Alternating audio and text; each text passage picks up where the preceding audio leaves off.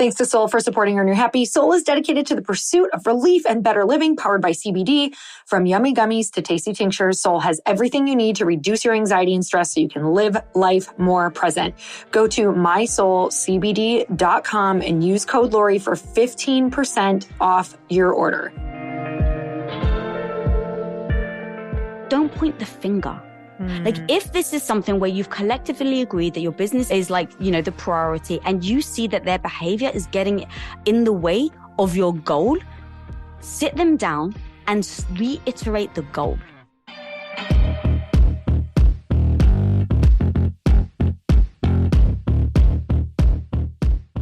Hey everyone, welcome back to the show. Today on the show, I have one of my favorite humans, Lisa Bilyeu. She co-founded Quest Nutrition, which grew 57,000% in its first 3 years. You guys, that's insane. She's also the co-founder and president of Impact Theory Studios. And I can tell you, you can learn a thing or 10,000 from this woman. She truly is one of those people who, when you see her online, she is more generous and more incredible in person. And I just love having conversations with her. If you don't follow her on Instagram yet, I mean, what are we even waiting for? Because it is so much fun, because she shares so much incredible advice on boundaries, relationships, work, but it is like real. It like hits you between the eyes. And today is no different, because her and I really open up about our relationships with our significant others and how we've had to learn how to communicate through the years, and the truth about where we were at the beginning of our relationships and what that actually looked like working through all of the challenges. You guys, I think you're going to have a blast listening to just all of the things that used to go down that weren't awesome in our relationships and communication. And I know you're going to love it. So let's get into the show. And did I mention that she is also on the Growth Day podcast network with me? So hopefully we'll be collaborating a lot in the future. And I know you're going to love her as much as I do. Let's get started.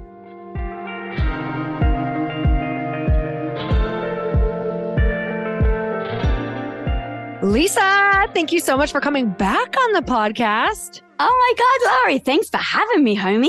I think some of my favorite parts are like our pre-conversation of catching up in all of life and trying to plan when we can get together. Yeah, exactly. That's our preamble before we start recording. Like, when are we going to hang out? When are we going to have dinner? Let's have a double date. You guys, if you don't know Lisa and Tom, first of all, you literally have to go follow both of them. Your posts are so much fun, especially when you're posting about working with each other and partnership and love and dating, all of the things just around being partners. And this is going to be such a fun conversation today, not only for you guys listening, but for me, because it's one of my favorite things to talk about. Because whether you are in a partnership or not, this truly, I believe, can really cross over into just relationships in general with people. I find that even if you're like, well, I don't have a partner, I'm not dating someone, or I don't work with my partner. Okay, this is like, you do actually work with your partner if you have one, because you're working through life together. Like, it is a life partnership. But specifically today, we are going to talk a bit about working together. So Lisa, I want to know, when did you and Tom even start working together? What did that look like? What were you doing? What was he doing? And how did that come together? Yeah, I'm so glad we're diving deep, because like you said, I think relationships is a massive key for everybody. And then more and more people are working together. And if you're unable to navigate it, it can actually end in divorce. And so Tom and I, going into it, were very aware that we had to be on top of it and address issues as they came. But we were kind of thrown into the situation, I would say, as I was a stay-at-home wife for 8 years. I was supporting Tom from a home perspective. I was putting clothes out for him. I was cooking for him every day. And then he came home one day, wanted to start a new company with his business partners. It was a little protein bar company called Quest Nutrition. And so me, as the supportive wife, just to give some background, is I jumped in and I was like, oh, babe, how can I help? Like, oh, you need me to ship some bars? I can do that. And because him and his business partners were so focused on trying to get out of their current tech company and then transition full-time into Quest was just the side hustle. And I was the one that was available to do anything and everything. And because our house was on the line, anytime I faced something that I didn't know how to do, I had a choice. I had to choose between, do you want to lose the house or do you actually want to figure it out? So in my evolution of figuring it out, I went from helping the husband. We grew at 57,000%. We were the second fastest growing company in North America within 3 years. And we went from zero to $1 billion in 5 years. So just to give people a glimpse of the trajectory of how quickly we grew. So in that growth, I went from just helping the husband to, oh, this is actually developing this part of the business. I started to really grow our shipping department. And as I was growing our shipping department, I realized, oh, Tom's officially my boss. Like I wasn't even like on paper, sure, we were business partners and his business partners, like we all had equity, but from a hierarchy in the department, Tom was the president of the company and I was head of our shipping department. So that was the very first thing of having to assess, oh, I actually do officially, my title and your title dictates that you are my boss. And we have to address that.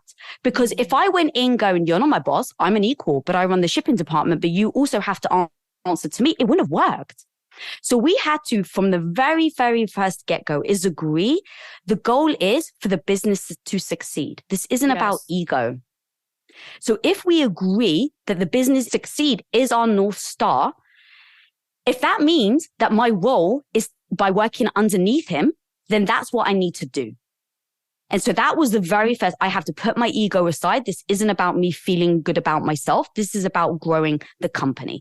And you have to have that discussion ahead of time. Now, what does that actually look like? You have to define roles. You have to actually say, I'm responsible for X, Y, and Z. You are responsible for X, Y, and Z. Now, because Tom was officially my boss at the time, as I was growing into the department, I didn't really know what I was doing. And so as I was starting to learn and we were growing so quickly, you can understand the company got ahead of me before my skill sets were refined enough for me to be able to adequately run a department. So in those moments where I didn't feel equipped and the department was growing too quickly, I turned to Tom and I was very honest. And I said, because our goal is to succeed, you have my permission to be honest with me. If I'm not fulfilling my role, you have my permission to either fire me, hire above me, or demote me. And I actually said those words to him because I needed him to know that no way in any shape or form that my ego was going to come before the company's success. Now, his response was, thank you for that. He goes, but the great news is, babe, I've promised my wife I will always provide for her. And so if you're getting in the way of my promise to my wife because you're not good at your job, I absolutely will be honest with you. So that was the first key of just being open about how transparent you can be so that imagine he came to me, Laurie, and was like, hey, you're doing a really bad job. And all I cared about was my ego. You can imagine now I'm a bad business partner. Now I actually don't adapt. I don't grow. I don't improve. I'm just protecting my ego. And what happens is that has a knock-on effect and your company doesn't succeed. Mm-hmm. Oh, this is such a good conversation. Lisa, you're making me think of all the points that we had to get to, like that we went through, and we did the exact same thing. Like we struggled in the beginning. Trust me, you guys figured it out faster than we did. But the defining roles thing is so important. And what are you good at, right? Like sometimes we try, Chris and I, literally, my ego initially took over and I didn't even realize it was ego. It's like I needed validation so bad that when he came into my business, he was so good with, certain roles in the business. He was so good with coaching and I was better with recruiting. Like I was so much better with getting attention on the business and recruiting. And I felt like I needed to be the coach too, though. I wanted credit for being the coach, the recruiter, all of the things. And that was one of the hardest realizations for me is, oh my God, I'm the bottleneck of this company because I'm trying to do something I'm not good at just so people can tell me I'm good at it. And I'm also this and that, and I'm doing it all. Because in the beginning, I thought that women had to do it all. Remember that story? Yeah, remember that story. We were told time and time again. That is so powerful. And that's it's you're protecting your ego, right? Finding the validation. So I think there's multiple things here. It's where else can you find your validation? It's like acknowledging it is super freaking powerful. Saying, oh, I'm trapped here because I want to do this because I think I'm going to get the validation from it. Cool. Yeah. just admit it and go, that's just part of my personality. Now, how can I actually pivot that validation and be proud of myself in a different way? So maybe your validation comes from being able to recognize what you're bad at. Yeah. You know, what's interesting is it did kind of pivot into that. It evolved into that. And now I take so much pride in sharing what I'm not good at right away, because that allows me to find the people who are good at it. So it really has become very interesting. Okay. So Tom is at the place where he's like, I promise I'll tell you. You were very open to it. So what you were explaining made me realize you also immediately, you detached your identity from the business. You were kind of like, okay, I will show up like this. I just want to be the best over here. But our marriage, you had a separate conversation about your marriage and who you were as people existing outside of the business. How did you guys not, especially him actually, sorry, I have a million questions right now. How did both of you not take on those like identity roles right away within the business and allow them to come into your marriage at that point? Oh, we did. Okay. So, yeah. So, well, more me, if I'm going to be honest. So because I was the stay-at-home wife for 8 years, going back to validation, even though I hated it, I was getting validation for being an amazing Greek wife. So when I look back of why the hell didn't I speak up for 8 years that I was miserable? I didn't tell my husband. It was because I think subconsciously part of me was getting a lot of validation, and that made me feel good about myself. So even though the day-to-day activities were like literally a slow death, I call it, it's still, I got enough validation from it that it kept me there. Yes. So as I started to pivot into becoming an entrepreneur running the shipping department, I was worried actually about where I'd get my validation from if I failed at running the shipping department. So that's why, going back to your point of we try to do everything. Why do we try and do everything? Because at least for me, I was scared to let go of the thing that I knew made me feel good about myself in case the thing that I was moving towards would fail. And so when I started to pivot and started to build out our shipping department, I was so gung-ho to succeed. I was willing to do what it took. Now, in that, because we were growing so quickly, we ended up having our very first facility was on the outskirts of Compton. And my husband grew up where he big brothered for an inner city kid. And so it was very important to him to help people in the inner cities. And so for us, when we started Quest and we had our first facility, we put out basically the call on the streets, if you will, and said, we don't care if you've got a criminal background. We literally don't care where you came from. We don't care your past. If you come into the business and you're willing to work hard, like who you were doesn't dictate who you are today and what you can do. So we don't care if you've got a criminal record, come and apply for the job. If you're willing to work hard, we'll hire you. And so now we're hiring a lot of ex-convicts that are like 6 foot, massive dudes that now come and work in my department. Now, I'm 5'1" and I have a British accent. So sometimes it's kind of hard for people to take you seriously and I'm female. So let's just be honest, right? The juxtaposition, whether I liked it or not, I gave every signal that I could be pushed around. And because it was our company, because our house was on the line, I knew I had to adopt a harder mindset, a harder backbone in order to show up and not get pushed around. Now, as I started to do that, as I started to get harder and stand my ground and really develop strength and resilience, I was bringing that home. And now, over time, the soft, squishy wife that I actually love to be, I started getting harder and I didn't realize it. And it got to the point where I came home one day and Tom and I had this discussion and I completely dismissed him. And he said, babe, I need to be honest with you. I understand why you've developed resiliency. I understand why he didn't use these words, but these are the words we're using in today's society, stepping into your masculine. He said, I get it. And I support you. You're developing who you are. But at the same time, you're no longer being a feminine wife. You're no longer bringing that softness to the relationship. And this is something that I loved about you.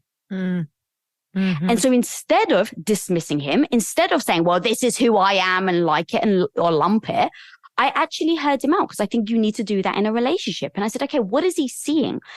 I was like, it's because I'm being dismissive. I'm no longer becoming empathetic towards him. Like all these traits that I actually loved about myself, I was losing because I was so focused on being a strong badass at work. And so giving each other the space to be honest with each other about what we're not liking through this evolution was absolutely imperative. It was something that we spoke about from the get-go, because you need to give your partner permission to be bringing these things to the table for the greater good of your relationship. And so that was then where we had to navigate, where I said, okay, I totally hear you. Give me space to figure out how I can navigate both. And I came up with tactics and ways that I could be a badass at work. So one of the things is my hair. I listened to hardcore rap music as I was going into work, right? Like building up my strength and my badassery.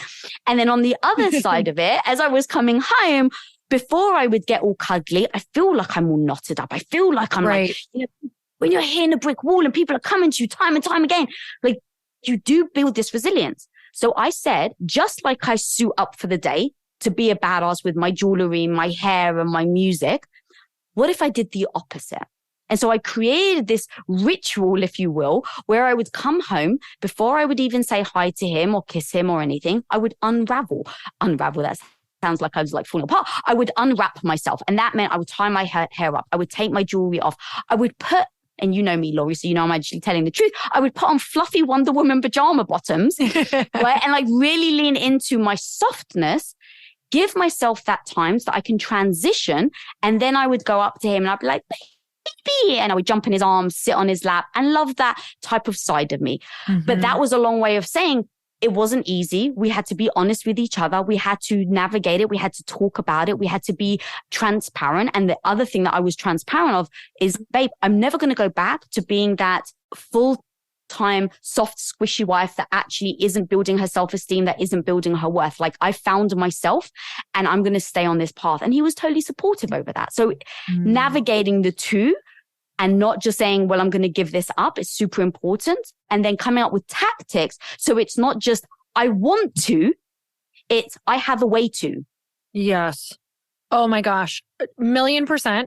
Had to do the same exact type of shift. Had to take the time once I get home to be like, okay, you're dropping in to somebody else. And actually it was really interesting because working from home was like, how do we separate the day? So for us, our walk is the turn off time of we're leaving our business people behind. And now we're not that you can't talk about business after that, because sometimes it creeps in, right? But I'm letting go of that like hard driver. And now I'm like softening through this walk. And then when we get home, it's like I'm a different person. If I don't have a separator, it is very hard for me to transition. And like, oh my God, he would come up to me in the middle of working and like rub my shoulders or kiss me on the cheek. And I was like, ah! Like it felt so wrong because I am in a different mode. I'm like, it was almost, I'm sure you can understand this. It'd be like if he came up to you in the shipping department and kissed you in front of everyone. You'd be like, what are you doing? Like, I am in business mode right now. And so we had to like learn, and that number one, I'm like, I'm not trying to offend you. I absolutely love you. I'm a different person right now in order for me to do what needs to get done. I had to have that physical separator. So I love that you created a ritual and are sharing that with people, because I do think it has to be something physical, actually physical separator in order to do that. Oh my God. Okay. So my question for you guys, as if he's here right now, you can answer for him. I can answer for him. Yeah, I was going to say, whatever you say is right. He's not here. So exactly. There you go.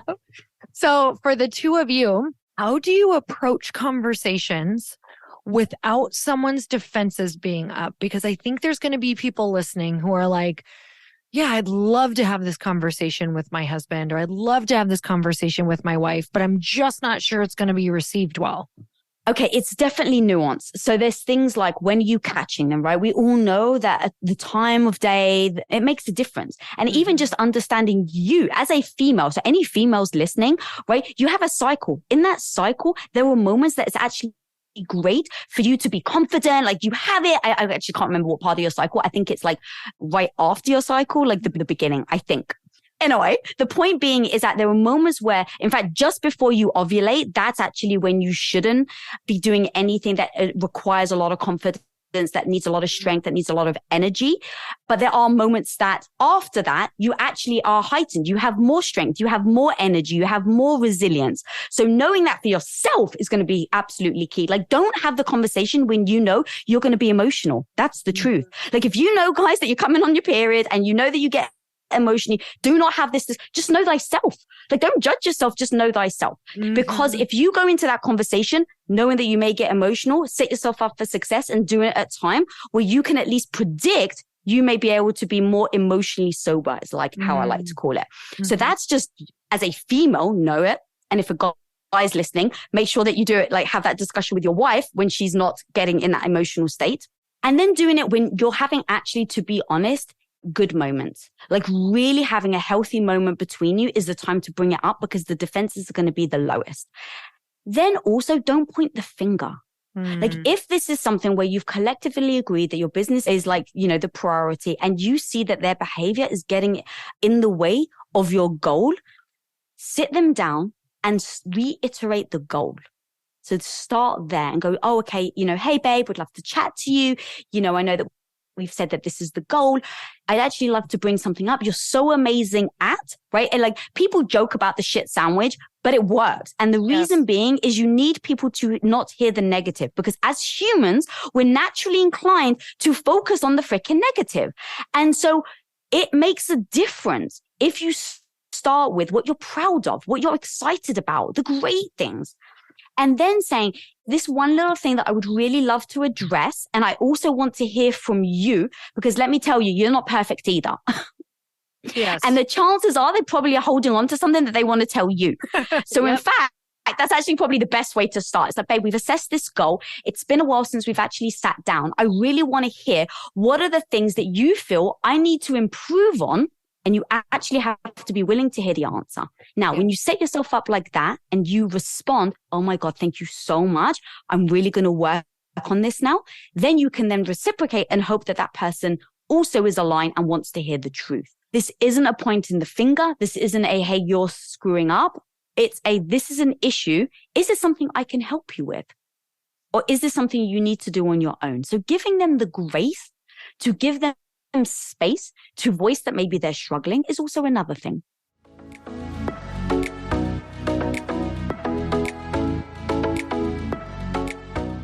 Hey guys, I have a question for you. It's that time of year where we already have a busy to-do list, and we're going to add 20 extra things a day because it's the holiday season. So if you've been feeling like me, it is time to try Soul CBD gummies. Specifically for me, I'm obsessed with the sleepy gummies. But if you have anxiety, you need to relax at night, or if you want more energy or you're struggling with some of your period symptoms, they have gummies for everything, you guys. I've personally been using the sleepy gummies like crazy between all my travel and speaking engagements on top of all the holiday stuff. They've been such a lifesaver for me. Soul CBD gummies are the perfect stocking stuffer and truly the gift that keeps on giving. They're so much fun, you guys. I've given these as gifts. I'm going to again this year, and people love them. Did I mention the bath bombs? Because those are so freaking cute. As you know, my friends at Soul CBD have given us a discount code for 15% off your order. So you can either click the link in the show notes, or you can go to My Soul CBD and use my code Lori at checkout. That's mysoulcbd.com and use code Lori at checkout.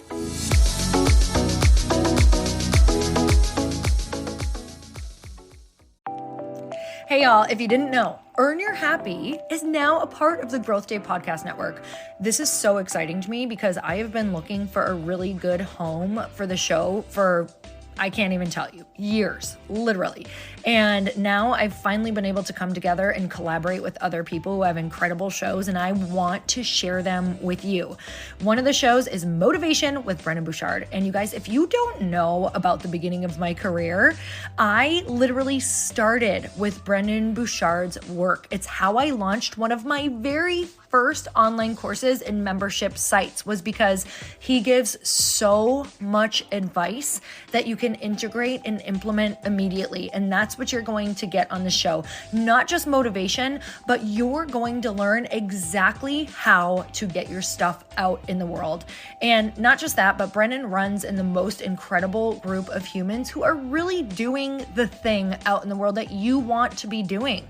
So go check it out. Go subscribe to Motivation with Brendon Burchard. I promise you, this is going to be one of those shows that no matter when you tune in, you're going to get value. Like, it's not one of those that you're like, God, I listened for 30 minutes and I didn't get what I wanted. Like, from the beginning, you're going to get something that changes your life or changes your business. So go check it out. Motivation with Brendon Burchard. I know you're going to love it. I'm obsessed.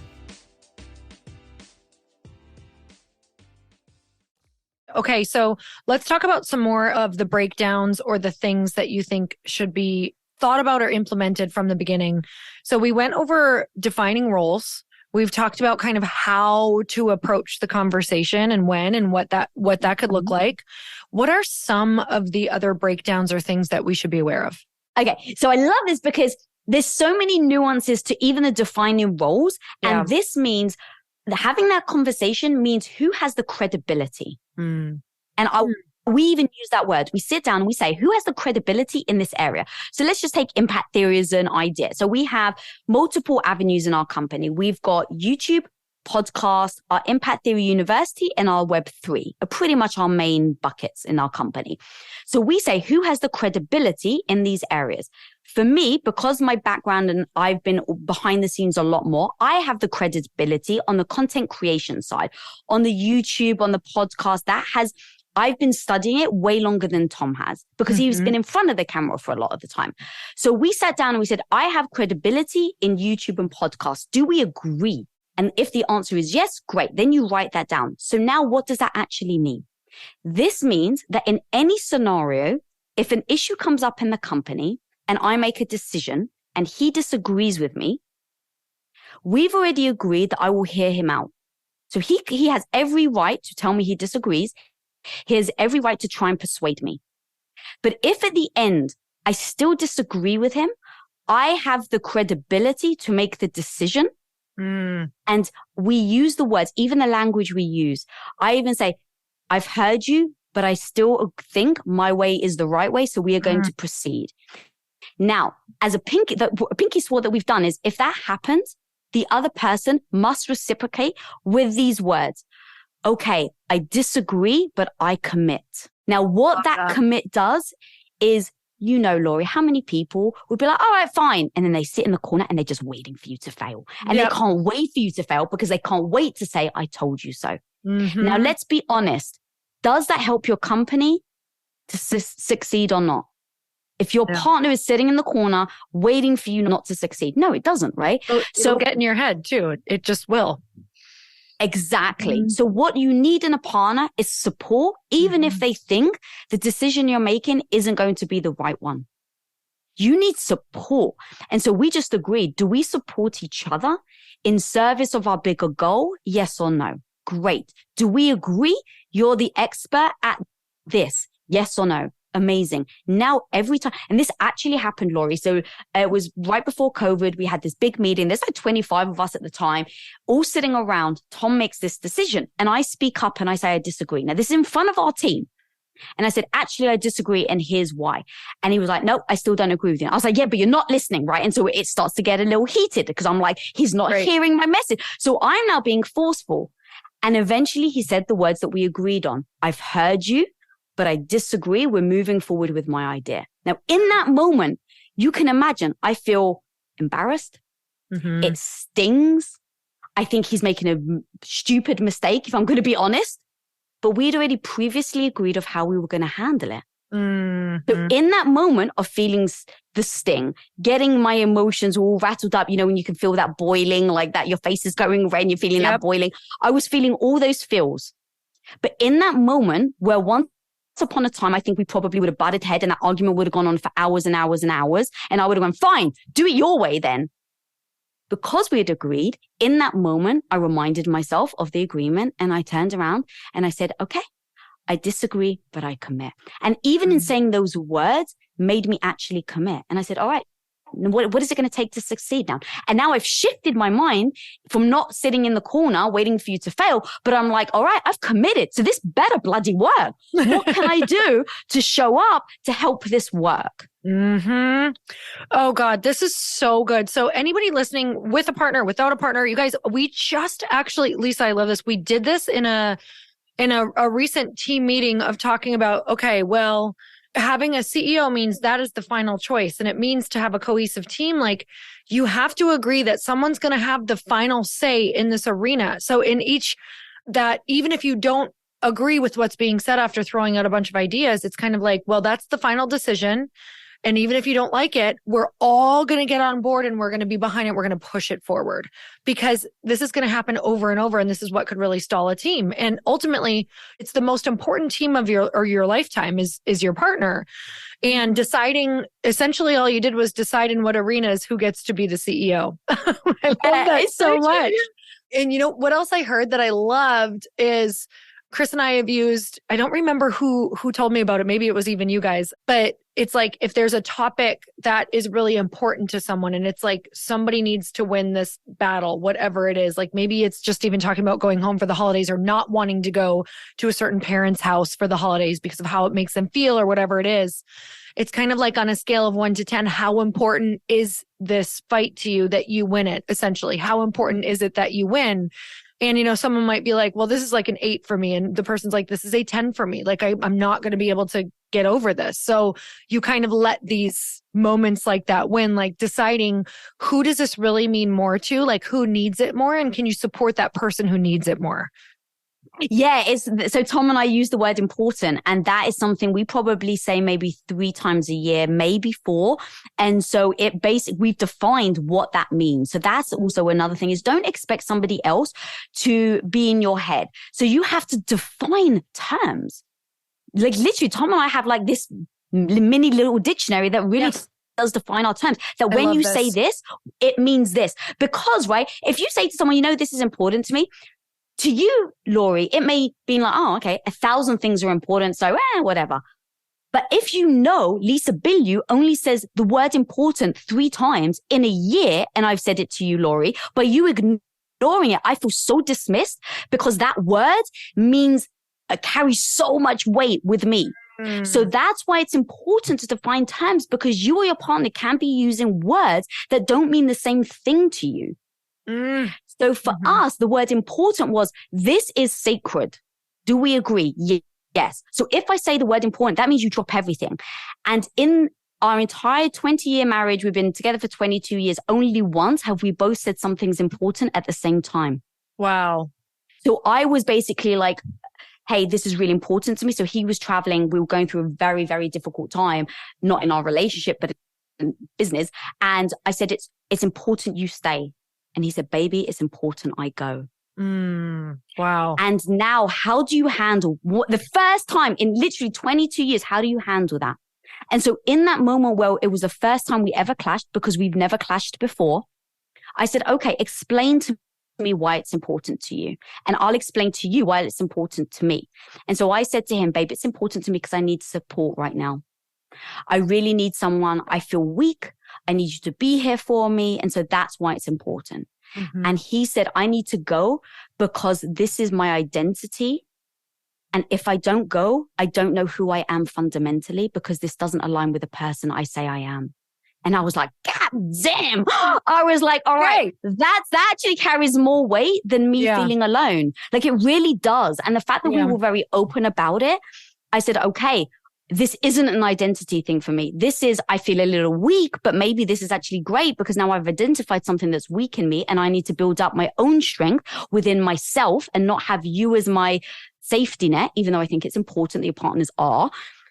But maybe this is actually something that I can get better at. And maybe this is a great thing that now I've seen that this is something I can evolve in, but you are literally conflicting with your identity. I won't be a part of that. So I support you.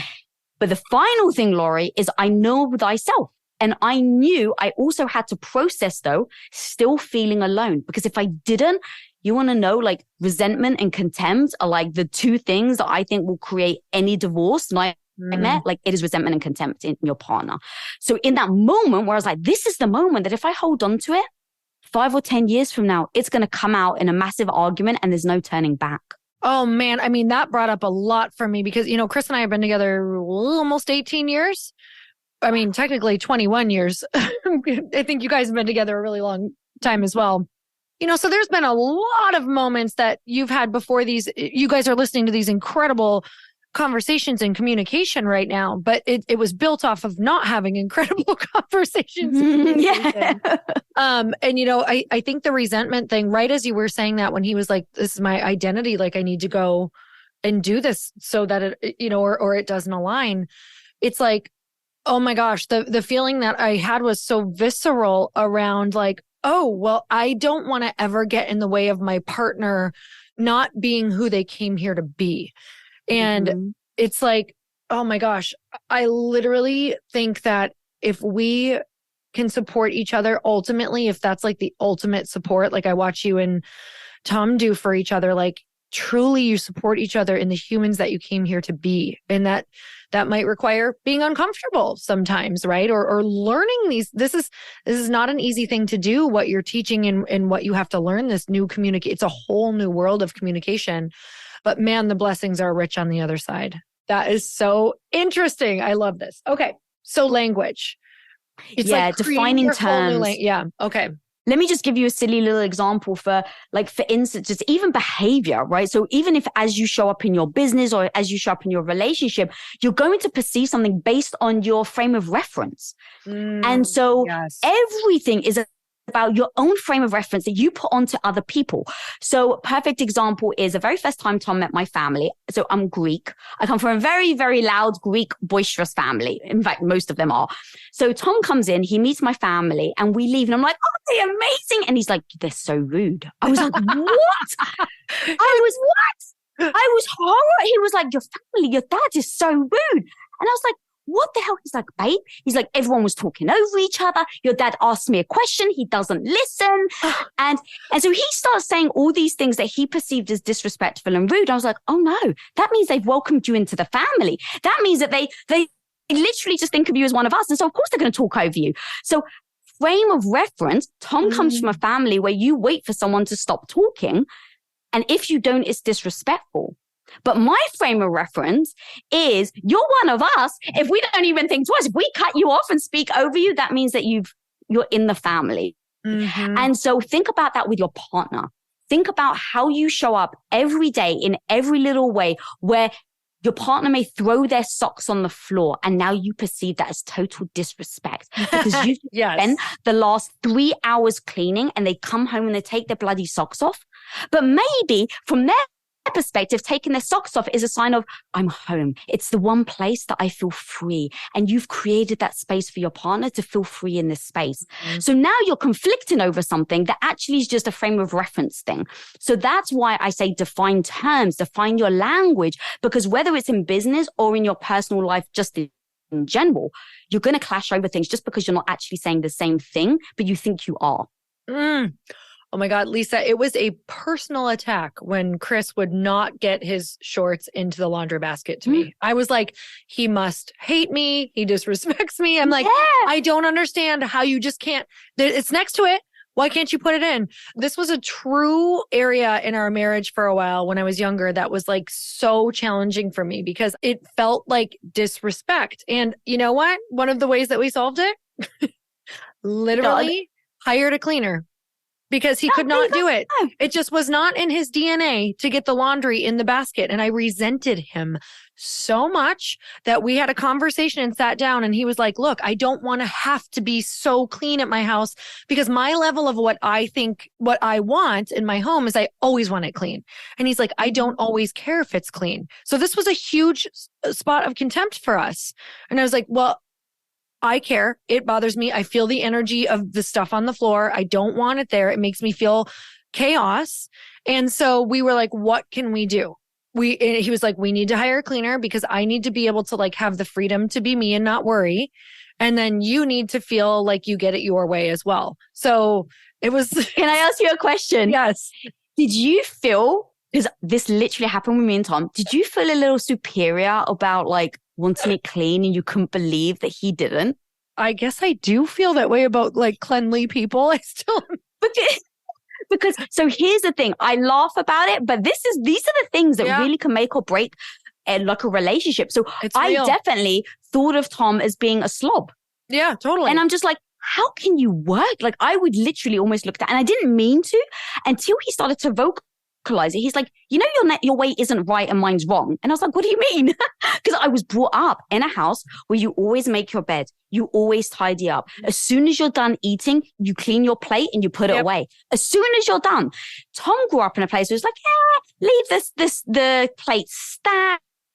And because he so values time, he sees any amount of cleaning as literally against his value system, because he thinks that it isn't priority. And so if he spends time cleaning, it is actually against his value of making his life productive. And so now we're not just clashing over opinion, it's about his way of his value system against my value system. Because I'm exactly like you, Laurie. If the place is messy, I feel chaotic. If I feel chaotic, I can't focus. If I can't focus, I can't get good work done. So I can track it to my performance, and he can track it to his performance because he doesn't care. He doesn't feel the chaos. And so now, but he does feel the fact that making a bed or picking up his clothes isn't productive. And so we had that discussion. It was a value system. It wasn't I like it clean, you like it messy. It was, I value this and he valued this. And neither is right or wrong. So if you go, neither is right or wrong, neither is superior. How do we navigate this together? Because going back to what we said, right? The goal is to have a successful relationship or a successful business, or both, right? Obviously, or both. So now that we know this is a value system, how do we navigate this so that we both feel respected and we both feel like our values are validated, if you will? And so with the cleanliness thing, I gave him a big box. That was our solution. So I literally said, babe, here's a big box. And he's like, cool, I'm going to put this box right next to my bed and you can't touch it. And so he just put all this crap in that box. All this crap. And I was like, the great news is it's one box and it's over here. And then the other solution was the bed. So the bed was a big one. I wanted the bed made. And he was like, why will I ever make the bed? So I was like, cool. The agreement was, I'll just make the bed. You don't have to do it. But then the problem came. He had to unmake the bed. He was like, now you're making me waste time unmaking the bloody bed because we have our own duvets. So that we've got our different temperatures and our different ways of sleeping. He puts his duvet over his head. I can't breathe. So anyway, that's why we have different duvets. So now comes the bed making. Now, this is the sort of thing that honestly, Laurie, I hear couples, they get divorced over because you think it's about making the bed, but it's not. It's about the disrespect. It's about the value system. It's about the fact that maybe one person always gets their way and the other person feels so dismissed for so long that eventually they're just like, hang on a minute, when am I actually going to get things my way? And so with the bed, we literally sat down and said, okay, how are we actually going to address this? Because I need it done and I'm never always going to be there before you are. So we said, cool. What we agreed on is I can't touch his side of the bed. And so what I do, Laurie, is literally you look at our bed and he's got his duvet covers all crumpled up. And then you look at my side of the bed and it's perfectly made. And that was our solution. And so you can see how something that can be silly, we just process, this isn't silly. This is precisely the thing that in 20 years, people say, they're this and they're that, and they're screaming and the love is out of the relationship. And you're like, how the hell did it happen? And you know the answer most people give? I blinked and we were like this. No, you didn't blink. You just didn't pay attention to the fact that these little things that you dismissed as petty were actually the biggest issues that you should have addressed because it creeps into every area of your relationship. I love that we got to here because honestly, I think that Chris and I started the foundation of communication through these small things. And the small things at the time were not the small things. They were the big things. Like when we first got married, these were big things that you move in with someone and you're like, oh, I'm really clean. You're messy. My cleanliness is driving you absolutely nuts to the point where you think it's like an actual problem with me. And I think this is a problem, a fundamental problem with you. And you either feel like you can live with it or there's this moment. I'm just even trying to remember what made us talk about it. I think it was like, I think ultimately we've always wanted the same vision and that was a conversation we had. So do you remember like what do you think is a really good conversation to have to even start working these problems out? Is it like, hey, why don't we define a vision? Or I know even recently we did something super fun. Like we did a mission statement for our marriage, not necessarily that you want to do that in the beginning, but it was like, we needed to get on the same page, knowing that we could be on different tracks, but on the same page. Oh God, yeah, 100. I actually love that mission statement. Like, I think that that's super important, to be honest. So I think it becomes a like agreeing on the end goal. So like, and it may sound silly, but we just agreed we want to grow old together and happily grow old together. I want to like be on my deathbed and look over at him and take my last breath. So that isn't like a joke. I actually mean that, Laurie. And so if we both mean it and we both say, just like any business, would a business succeed if you didn't put time, energy, and consistency into your business and attention and be willing to hear the hard thing and pivot? Of course, your business would fail. So if my relationship with my husband is the most important thing in my life, why wouldn't I put time, effort, and energy into it, figure out what's working, what's not? And so that's where we agreed. I can't remember who said it. It was a guest that actually Tom had on his show once. And they went to a therapist and because they were having problems in their marriage. And the therapist turned around and said, okay, every relationship is going to take work. Every relationship. So what you need to decide on, is this the person worth working on that relationship with? So good. It's like so simple. So simple. We just weren't taught that. We just weren't taught that growing up. Like, I had never heard that. That's so simple and amazing. And it really hit me. I was like, oh, they're right. If you can say with utter honesty, I want a happy, successful relationship. Now you know. Yes, that means you have to hear the hard things. It means you have to have the hard discussions. It means that you have to be willing to pivot. It means that you have to be willing to evolve. It means that you have to be willing to ask each other tough questions that maybe you don't want to hear the answer to. So Tom and I leave ourselves space that probably every 6 months, at least every year, we have the hard conversations. And we've agreed that we're going to have the hard conversations all the time. And so the hard conversations look like, for instance, what did I used to do for you that you wish I still did? What's a habit I've adopted that you don't think serves our relationship? These are hard questions because it's about you. It's about what your partner isn't like happy with in essence. But if you agree, going back to what did you agree on? That you want to die together. So you can understand why I actually want to hear the answer. You can understand why I don't get defensive in these conversations because I've decided I need to hear it in service of having that long-term healthy relationship. So if you're just starting out, it becomes having these discussions. All right, what are you looking for? Are you looking to die together happy? Are you looking to navigate hardship together? Are you looking, obviously, once maybe you've decided that this is a long-term thing, and then saying, so what does that look like? And the funny thing is, Tom and I always say, if you need to use me and Tom as your gateway, like this interview, for instance, if this helps, say, hey, I just really heard a really fascinating interview with Laurie and Lisa. Babe, you got to check it out. And this just gives you permission to have that first discussion that then says what works for you. But it all comes from, and I'm going to be honest also, this is actually the final thing is, are you with someone that's willing to do the work? Are you with someone that has a growth mindset? Because if you're with someone that has a fixed mindset, they'll dismiss everything we're saying. They'll dismiss everything. They won't be willing to because they can't get out of their own way. They can't get out of their ego. And look, again, no judgment, but it's going to be very difficult to have a conversation with someone if your partner has a fixed mindset. Oh my gosh, this is so good.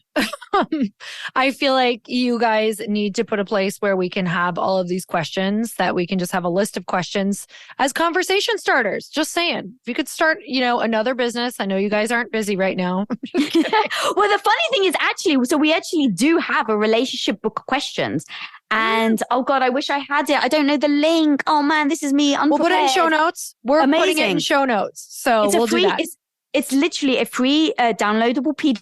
That would be amazing if you could put it in the show notes and it's in stages. So it goes from, these are really easy questions to ask your partner where no one's going to get defensive. And then it goes into basically the masterclass of questions of like, this is where you ask the questions that you have to work up to it. But yeah, I would love to share that PDF with you guys. Oh, we didn't even know we were going to get this. I know, I didn't. Yeah. Perfect buildup of a gift at the end. Well, I want it. So I'm going to make sure to follow up. I'm obsessed with questions. They're the gateway to everything that you want in life. They're the gateway to your highest version of yourself. You just have to make sure you're asking the right questions and the right people. So these questions are so exciting. We'll put them in the show notes. So you guys go down, scroll down. You can see them in the link right there. And Lisa, I'm so grateful for you. Oh my God. Like, okay, you guys, she has an incredible podcast, Women of Impact. Go subscribe, rate, review, do all of the things. But I love your podcast. I've been able to be on it before. And you do. And you're coming on it again. I literally like, yeah. Well, like, when you come into LA, you got to come on again, homie. Well, now that that's out there, we're going to just come up and have some fun. It is. So I'm so grateful for you. Any last thing you want to leave everyone with? Just the fact that you're freaking awesome. And, you know, like this friendship over time has really just been so beautiful for me. And, you know, we're under the Growth Day Network and just loving Brendan Burchard and really coming together and supporting each other. It's so exciting for me. And, you know, thank you for having me on and impacting the world, like how you show up every day. And I think I said this the last time I was on, but like, homie, I've so admired you as a podcast host. Like, you are the absolute epitome. You hold the gold standard. And the very first time I came on, I was just absolutely shitting myself, if I could be honest. I think I already said this to you, but I was so damn nervous. And so I just want really people to know that who you were, who you are today doesn't dictate the person you can show up to be. And so whether that is in a relationship or whether that's in your business or whether that's as an individual, like, know that you can refine your craft. You can get better every single day. Oh, good Lord. I can't even follow that up. That made me teary-eyed. So grateful for you, you guys. Definitely go follow her podcast, go check it out, and go get the free gift of questions. And until next time, earn your happy. Bye, everyone.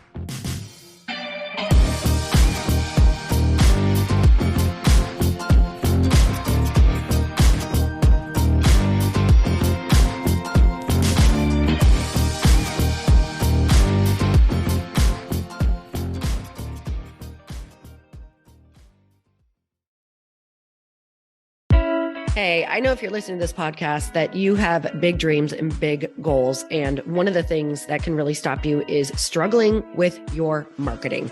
Trust me, I have been there. Are you using 10 different systems just to build your online business? Then I want you to try Kajabi. Kajabi helps you build your web pages, set up funnels, and sell your courses, content, coaching, or communities. You've been hearing me talk a lot about funnels on this podcast and the importance of your email list.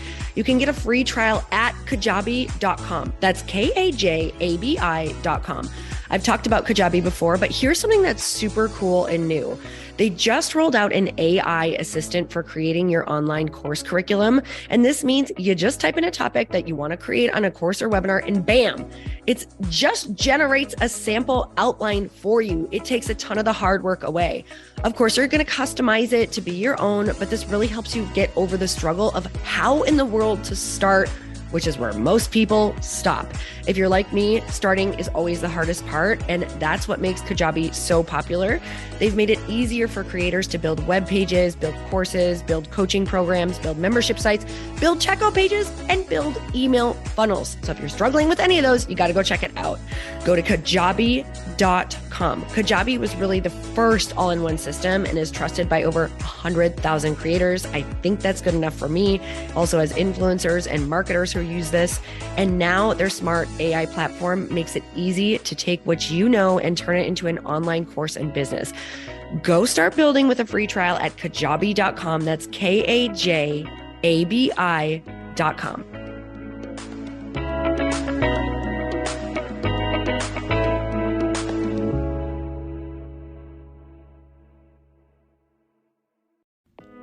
Hey all, I'm so excited to share with you, Earn Your Happy is now part of Growth Day Podcast Network. A bunch of us are coming together to bring more growth to the world and support shows and brands that we truly believe in.